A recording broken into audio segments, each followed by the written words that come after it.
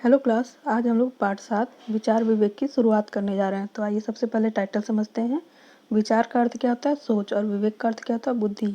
तो जब हमारा विचार और बुद्धि एक समान रूप से कार्य करता है तो हमारा जीवन उन्नत बनता है।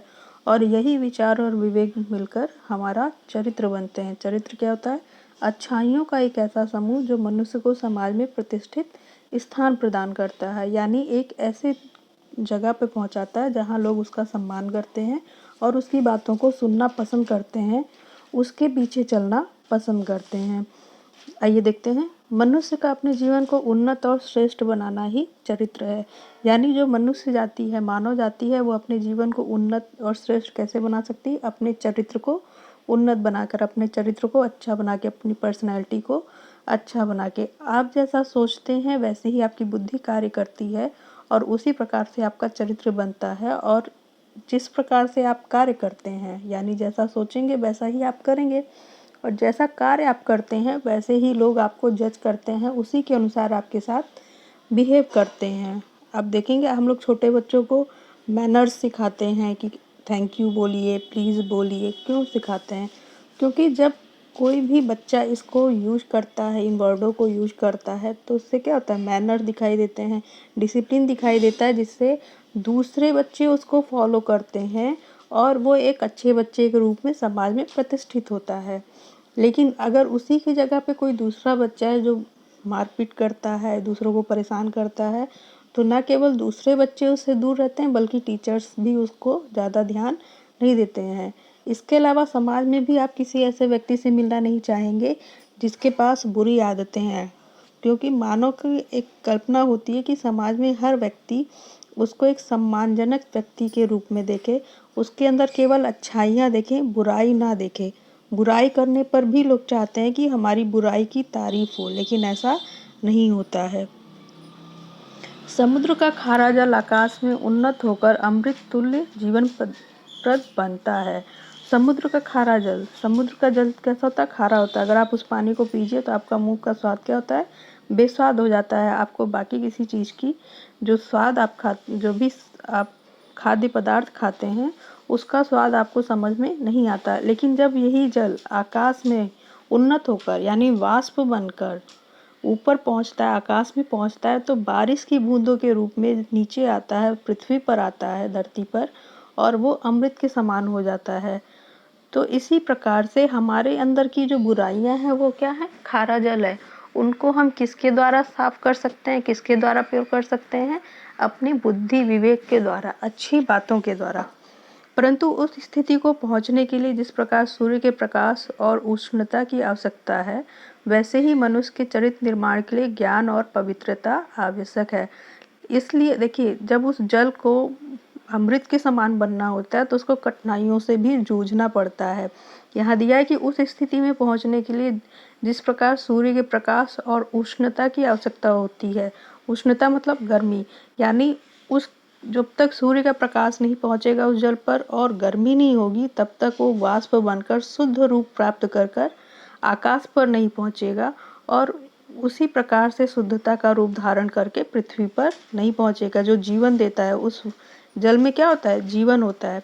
इसी प्रकार मनुष्य को अपने चरित्र निर्माण करने के लिए किसकी आवश्यकता होती है? ज्ञान की और पवित्रता, प्योरिटी की। आप जितना ही, प्योरिटी का मतलब यहाँ ये है कि आप जो भी कार्य करें उसमें ईमानदारी होनी चाहिए। आपके पास ज्ञान तो होता है लेकिन ईमानदारी नहीं होती है, तो आप अपने कार्यों में टाल मटोल करते हैं और धीरे धीरे ये आपकी आदत बनती चली जाती है, जिसकी वजह से फिर आपका चरित्र धीरे धीरे धीरे नीचे की ओर गिरता चला जाता है। तो अपने चरित्र को बनाए रखने के लिए आपको ज्ञान की और ऑनेस्टी, ईमानदारी की बहुत ज़रूरत होती है। आपको दूसरों के लिए ईमानदार नहीं होना होता है, आपको खुद के लिए ईमानदार बनना होता है, क्योंकि जब आप खुद से ईमानदार रहते हैं तो ही आप सही रास्ते पर चल सकते हैं। जब तक आप ये सोचेंगे कि मैं यह कार्य किसी दूसरे व्यक्ति के लिए कर रहा हूँ, जैसे बच्चों का कार्य क्या होता है? पढ़ना लिखना।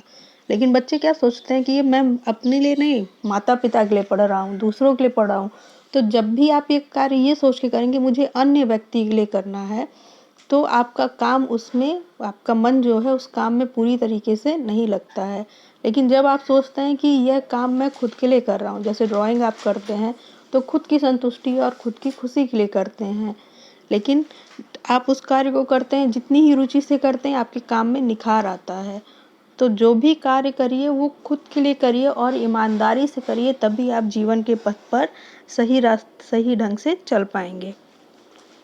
और इन दोनों की प्राप्ति स्व अध्याय से होती है। स्व अध्याय मतलब अपने स्वयं के अध्ययन से होती है, यानी जितना आप खुद अपने ऊपर मेहनत करेंगे उतना ही आपका चरित्र उन्नत बनता है और आपका जीवन उन्नत होता है, उसमें उन्नति आती है। दूसरा है, वेद में कहा गया है, हे अग्निदेव हमें सरल सुपथ से ले जाओ, बुरे रास्ते से नहीं। अग्नि को यहाँ पे क्यों आवाहित किया गया, अग्नि को क्यों बुलाया गया? क्योंकि अग्निदेव किसकी संज्ञा है? वो पवित्रता की। उनके आसपास जितनी भी गंदगी होती है, जितनी भी बुरी चीज़ें होती हैं, उन्हें जलाकर वो राख कर देते हैं। तो यहाँ अग्नि हमारे लिए कौन बनेगा? जो ज्ञान है, जो पवित्रता है, जो अच्छाइयाँ हैं, वो अग्नि का कार्य करती हैं।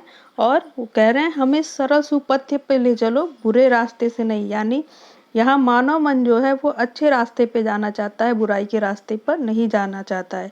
केवल बाह्य समृद्धि नहीं चाहिए, सुपथ्य चाहिए। यहाँ कह रहे हैं, कहा गया वेद में, केवल बाहरी समृद्धि नहीं, यानी बाहर से देखने में तो हम अच्छे लगें, लेकिन अंदर से हमें सही रास्ते पे जाने का ज्ञान जो है वो हमें किससे मिलेगा? वो हमें ग्रंथों से, किताबों से, अच्छे लोगों की संगत से मिलेगा। तो ऐसे लोगों को जब तक हम लोग अपने आसपास नहीं रखेंगे, ऐसे चीज़ों से हम लोग नहीं वाकिफ होंगे, तब तक हम सही रास्ते पर नहीं चल सकते हैं। इसी पर चलकर अपनी अंतः शक्तियाँ जागृत होती हैं, और जब आप इस रास्ते पर चलते हैं तो आपके अंदर की शक्तियाँ जागृत होती हैं। और ये शक्तियाँ कौन सी होती हैं? आपकी विल पावर, इच्छा शक्ति। जितनी ही स्ट्रांग आपकी विल पावर होती है, इच्छा शक्ति होती है, उतना ही आप अपने काम को बहुत डिटर्मिनेशन के साथ करते हैं। उनकी अभिव्यक्ति और लौकिक व्यवहार में बन पड़ती है, और उनको आप अपने व्यवहार के द्वारा, समाज में अपने व्यवहार के द्वारा दिखाते हैं।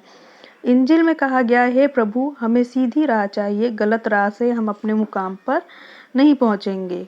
ठीक है, यहाँ कहा गया कि हे प्रभु हमें सीधी राह चाहिए, यानी अच्छाइयों की राह चाहिए, बुराइयों का रास्ता नहीं चाहिए, नहीं तो हम कभी भी सही रास्ते, सही मंजिल पर नहीं पहुंच पाएंगे।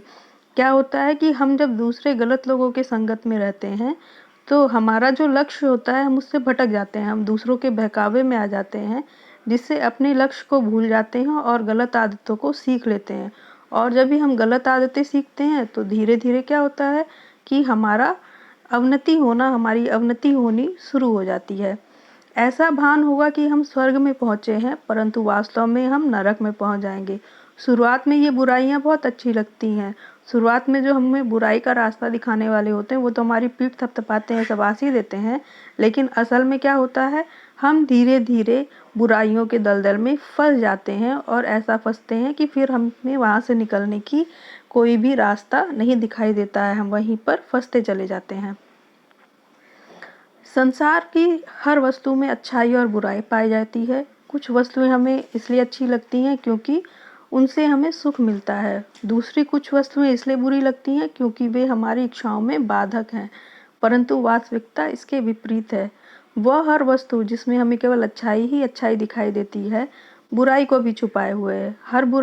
हर बुरी दिखाई देने वाली वस्तु अच्छाई से भी पूर्ण है। तो यहाँ कहने का अर्थ है कि संसार में दोनों तरह की वस्तुएं पाई जाती हैं, दोनों प्रकार का स्वभाव पाया जाता है, अच्छा और बुरा। तो जो वस्तुएं हमें अच्छी लगती हैं, उस क्यों अच्छी लगती हैं? क्योंकि उससे हमें सुख मिलता है, यानी हम घंटों तक खेलना चाहते हैं, उसमें हमको सुख मिलता है, मज़ा आता है। और पढ़ने में क्यों बुरा लगता है? क्योंकि ये हमारे खेलने की इच्छा में बाधक बनती है, मतलब थोड़ी देर बाद हमारा मन बोर हो जाता है, हम थोड़ी देर के लिए उससे मुक्ति चाहते हैं।